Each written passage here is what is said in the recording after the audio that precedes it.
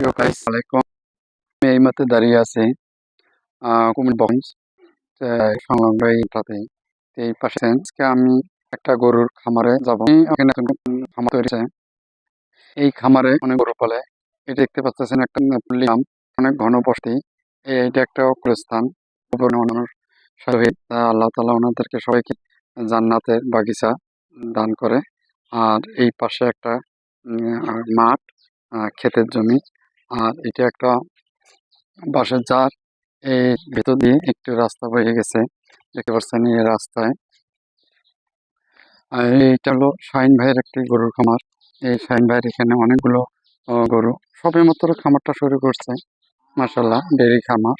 এই খামারে অনেকগুলো গরু বাচ্চাও দিয়ে দিচ্ছে, দেখতে পাচ্ছেন। এই সেই খামার নতুন উম, স্বপ্নের খামার।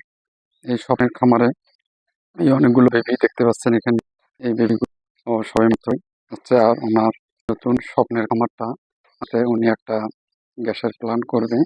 যে গ্যাসের প্ল্যান্ট এখানে জ্বালানির চাহিদা উনি পূরণ করবে।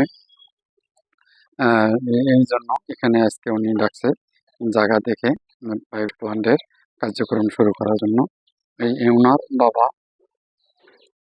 ওনার বাবা এখানে ফল খুলতেছে, গরু হয়তো দেবে।